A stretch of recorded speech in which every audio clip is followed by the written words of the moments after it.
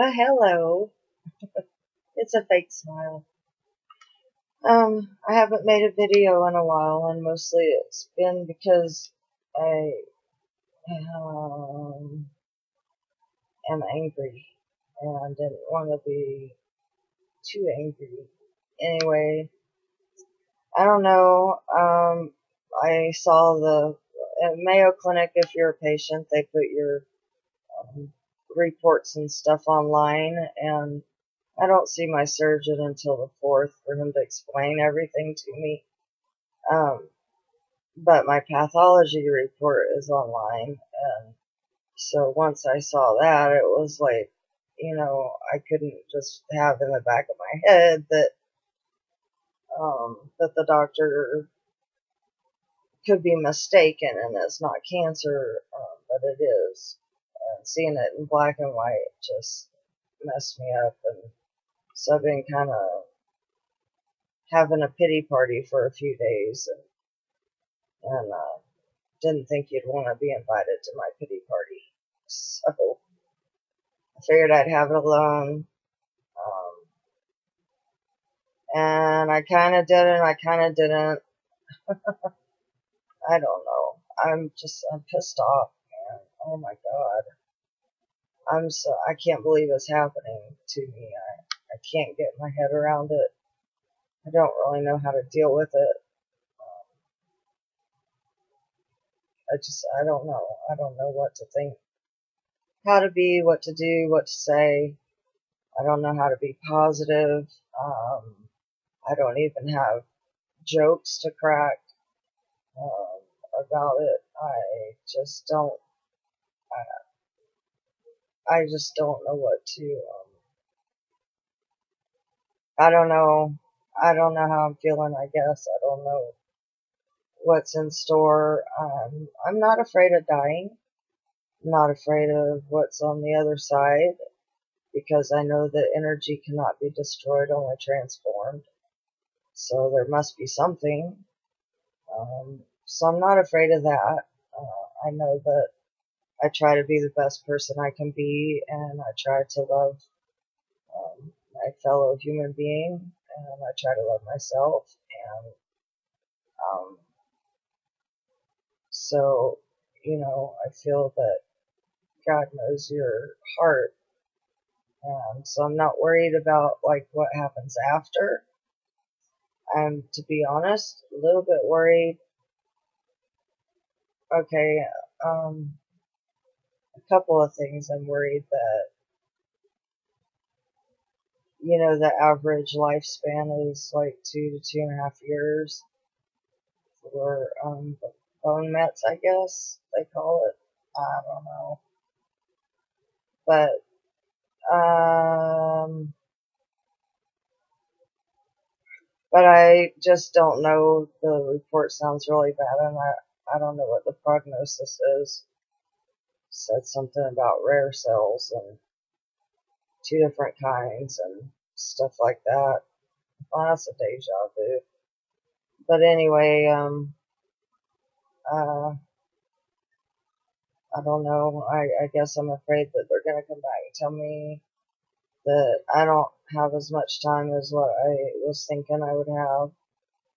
But I could be totally and completely wrong, and turn around and just fight and fight and fight for 10 years. Who knows?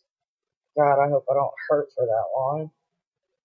But the other thing, speaking of hurting, that I'm most afraid of is the pain that I was in the day of my surgery.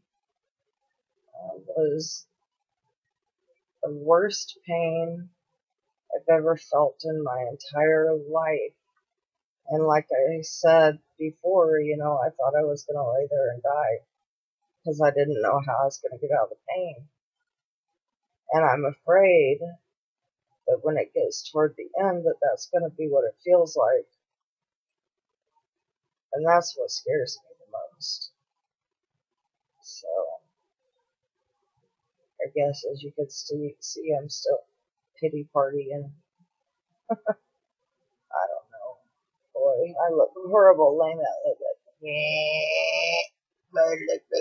old cow. Hey, if I just had a facelift. Ooh, oh look, you can almost see my old self. Ooh, hi.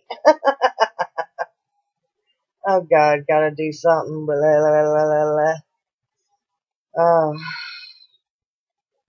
I haven't made a decision. I don't know what to do. I do not want to look into palliative care because I know they like help you with all kinds of stuff, but I don't want to end up signing up for something that says they're a team that works for you and then they turn out not to be and only be about saving the state money, and which I am all for saving the state money, but not when it's at the expense of someone's health, like Community Health Partnership here in Wisconsin. I wanted to call them, and I've been debating on it, and I think I might call them because, you know, they seem to like brush it off, and, you know, they didn't think I was hurting like I was, and like I am. I'm hurting worse now than I was then, but it seems like, you know, I mean, to say, oh, well, let's try acupuncture, you know, when you don't really believe in those kind of things. If you have the belief that those things work, then psychologically, you're going to think they're working a little bit better than if you don't believe. I tried to open my mind and believe, and all it did was make me relax while I was in the session, and that's it. But I don't know. I think I strayed way off the subject. I think what I'm trying to say is, if doctors and people like Community Health Partnership and doctors that work at the free clinic think about each patient that they see and take that patient individually rather than saying, like perhaps in the free clinic, prejudging and thinking that just because you don't have money, you're looking for pain meds.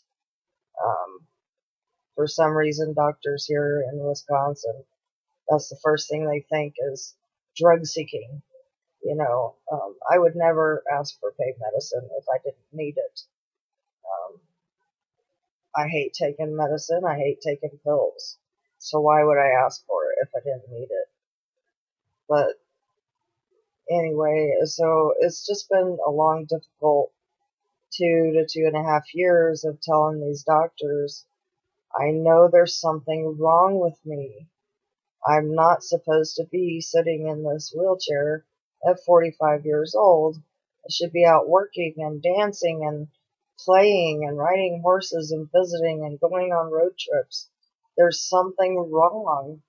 And I sat there and I told them I would cry because I would get so frustrated, and I would tell them, in 2005, for 8 months, 2005 and 6, I went to doctor after doctor after doctor.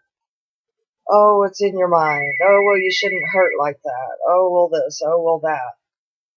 And, and basically like brushed me off like I was, even my husband, I probably shouldn't say this, I'm sorry, but it's the truth. He gets up one morning and says, I'm tired of all this bullshit. I said, bullshit? What do you mean bullshit? He says, this bullshit. And there's my wheelchair and all that. And I'm like, what are you saying? I'm faking or something? And his answer was, well, if the shoe fits. That's probably some of the most hurtful words anyone's ever said to me. And I've been called some names before, but I mean, but I would get so frustrated in these doctors' offices, and, I had one, Dr. Slattery in Titusville, Florida, get up in my face, it's close, that close in my face, and screamed at me and told me, you need to find yourself another primary care physician because you're impossible to deal with. And what was it, like 2 months later, I found out I had breast cancer. So this time around, I'm going to these doctors and I would tell them, And then there's Dr. Casper, I don't know where he is. He's not around anymore, but he was my primary care, and I had talked to them on the phone. I said, would it be wise to bring a list of everything or not? Because I don't want to be, looked at like, oh my God, what a list. And she says, no, he likes to look at the whole picture. That would be great to write that down and bring it in. So I did. And he says, oh, this is quite a list. And then he starts like ticking things off, saying, well, this shouldn't, this shouldn't be hurting. This isn't causing her pain. This is blah, blah, blah, blah. I saw him a few times, and then the last time I saw him, he looked at me and he said, there's no reason for you to be in that wheelchair. There's just no reason. I don't know, and I said, well, what about this? And he said, well, that's minor. Well, that's minor. Well, that's minor. And I said, well, I am hurting. What, I mean, I can't tell you anything different, and I don't know what exact words I said, but I was so frustrated. And he said, I just don't see anything here that's causing all this. And he kind of scooted his chair back really fast and said, well, I have to go, and left the office. He wasn't as bad as Dr. Slattery, but the intentions were the same. And then Dr. Schmidt, the physiatrist or whatever she is, supposedly deals with muscles and tissues and bones. And, I just don't. She's the one that said, well, I don't see any reason why you're hurting this way. Won't you try acupuncture? And of course, with Community Health Partnership, they want you to do everything possible before they'll actually help you with something. So I did that, and that was dumb. Throughout all of this, I do have an oncologist up here that once a year, I'd go and he'd send me for a mammogram and a bone scan and blood work. That's it. And at first I felt kind of, not real cool about that, because my oncologist back in Texas, he had me do 3 days worth of testing every time I went back, for my screenings. And so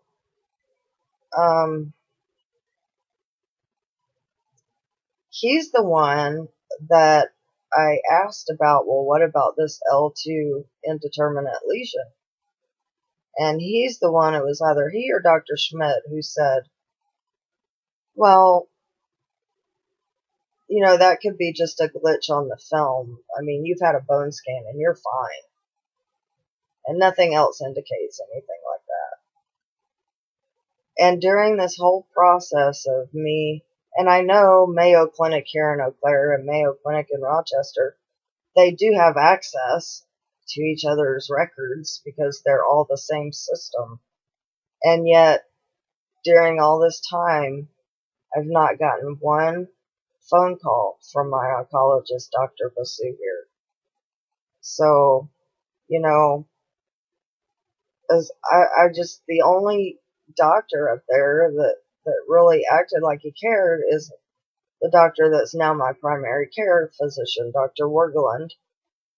And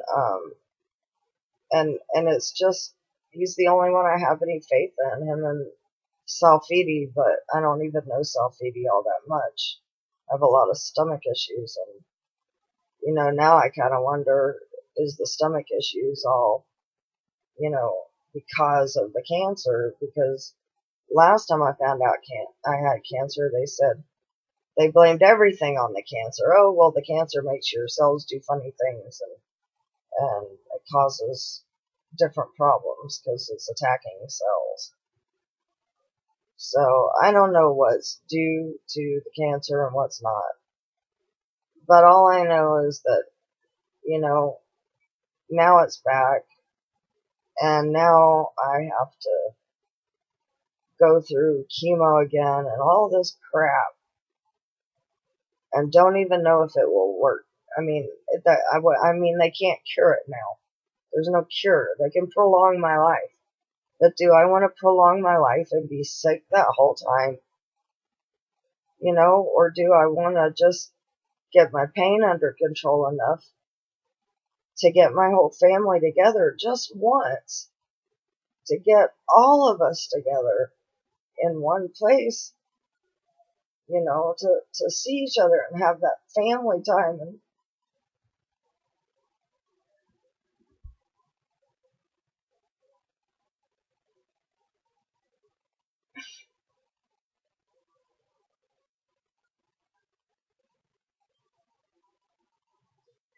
it's just not fair.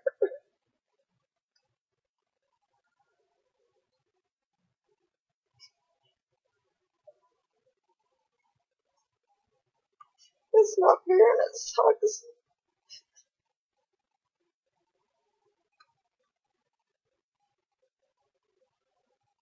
And I don't know what to do.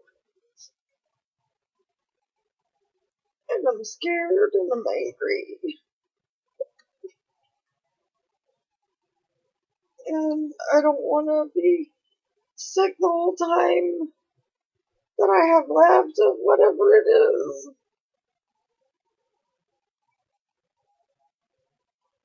I don't want to hurt like this for 10 years, so do I keep going and hurt like this or what? I don't know. And then I think about, my family and my friends and the people that are close to me, and I feel like, I've like hurt them really bad with this, but I mean, I know it's not really my fault that it came back or anything. That's not what I'm saying. I don't mean it that way. I just mean that, I have cancer again and they all have to deal with that. And it's not fair that they have to deal with that. And it's because of me and I hate that.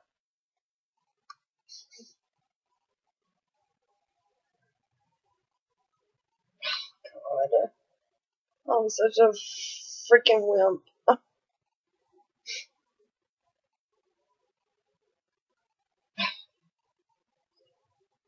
I don't know, this video's probably too long now to upload, but I'm sorry for, see, this is why I didn't get on. I didn't want to do this. But, anyway, I don't know. I say cancer sucks. Doesn't everybody? I wish I had a whole bedroom made of pink. Just because. Yeah, that would be neat. Wish I had a bigger bedroom. I have no room in here in the bed. I can't sit the rails up and I can't, when I sit the bed up, I can't reach anything on my nightstand because it's way far behind the bed. I don't have one of those rolling tray things. And I just don't have, I got this big bar with this little handle thing on it to help me, like, lift myself up without straining the muscles right there where that incision is. And helps my upper body strength. Anyway, I have this, but the pole is like runs right down the middle of the TV. I can't even watch TV. I keep hitting rewind, rewind, rewind, rewind because my mind keeps going back to, oh my God, I have cancer again. I feel like I just can't cope right now. But anyway, tomorrow will be better. The next time I'm on, maybe it'll be better. I love all of you guys. And I just wish you all the best. And I just wish that those of you that are close to me didn't have to go through this. I'm sorry. But anyway, I'll wait until I'm in a better mood to do this, and maybe I'll wait till after the 4th so I am more clear on everything. So, in the meantime, buy something pink, wear a bracelet, wear a ribbon. Oh, and I want to say thank you, Charles. Thank you, Charles. for your donation on GoFundMe, um, the page that Jerry put together. I just want to say thank you so much. I know I didn't do a specific video for you, and I'm sorry about that. Like I said, I've been kind of like in the dumps. It's hard to smile and say, thank you so much. I really enjoy, you know what I'm saying. I don't want to be fake or anything, but I do from the bottom of my heart thank you, because I know that even just, you know, $1, if I think I'm going to go donate $1 to my own thing. That's all I got about, you know, and I just, to get closer to getting us all together, you know, I can't believe, you know, that, I just wish that I could just buy everyone plane tickets and get y'all here.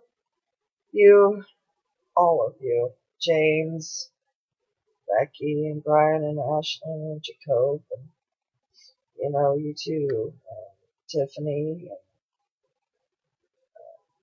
Gonzalez, and some very close friends. I would like to get some very close friends here too, like Dakota, and Jeannie, Hughes, and Pete.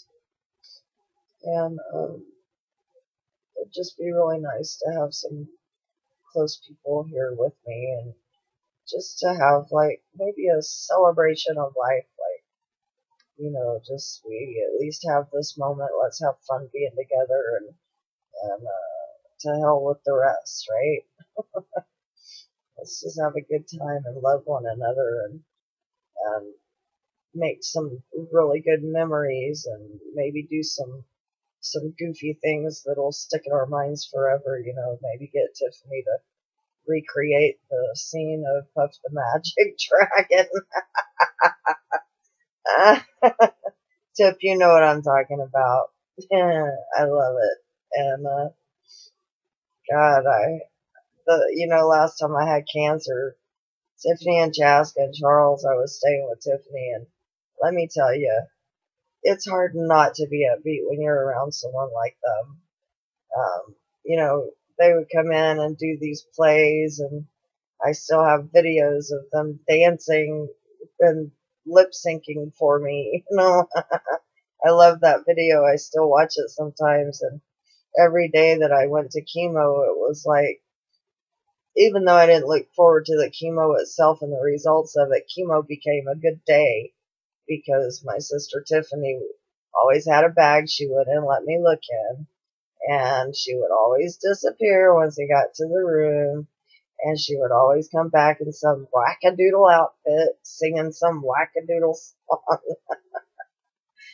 and being typical Tip. And I'll tell you what, you know, the joke nights and the times that Tiffany and Chaska just sat with me and talked and joked, and when we played Barbies, and yeah, I did that, and all of that. I mean, God, I wish I could be surrounded by that right now. I just, I don't know. I feel alone. I feel very, very alone. You know, I mean, gosh, Darby, I don't mean anything by that with in regards to Darby and Mom being here in Eau Claire. Is just, you know, I mean, there's just a lot of different things going on here with Mom being sick too, and, you know, Darby going through your wonderful life changes that are making you such a better person, and you know, and all of that, and Mom's getting, you know, sicker, and I hate that, you know, because Mom's the one that we should be worried about, not me, you know, and all of a sudden. But I don't know. I mean, I don't know. I don't even know what I'm trying to say. I think I'm trying to say thank you. I wish I could mention every person that's ever touched my life in a good way, but the list would be endless. But I do want to tell this one story. I sure hope YouTube uploads this. When I had cancer the first time, my sister Tiffany and I after a treatment session, decided to stop by Walmart, and it was hot. I was getting treatment in like August, and during the summer were my treatments, and so you had to wear the long sleeves and all that. And after treatment, I had taken my hat off, and we got to Walmart and we got out and got halfway from the car to the door, and I realized I left my hat in the truck, and Tiffany's like, well, we can go get it. Well, I knew, she had hip problems and she shouldn't have been pushing me around and all that in the wheelchair anyway. And I was like, no, no, no, that's okay. I'll deal. That was an outward fake it till you make it thing. And we get in the store and we're going through and I'm kind of trying to duck and hide and, hide everything because I got a bald head with a few little stray hairs. And so Tiffany's going to try on some clothes, so I back up in between these two racks in the Walmart, across from the dressing room, so I could see her when she came out. But at the same time, I could hide from people, and they wouldn't see my bald head with straggly pieces of hair. And I'm sitting there, and people would walk by, and they wouldn't see me, or they would stare. And this one woman, she walked by. She walked by and she glanced at me and she did a double take.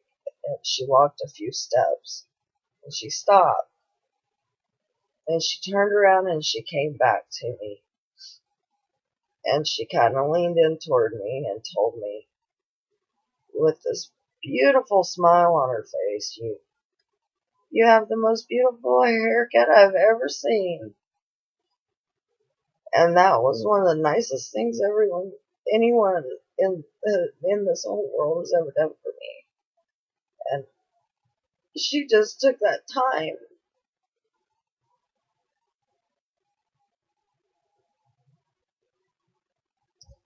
It was beautiful.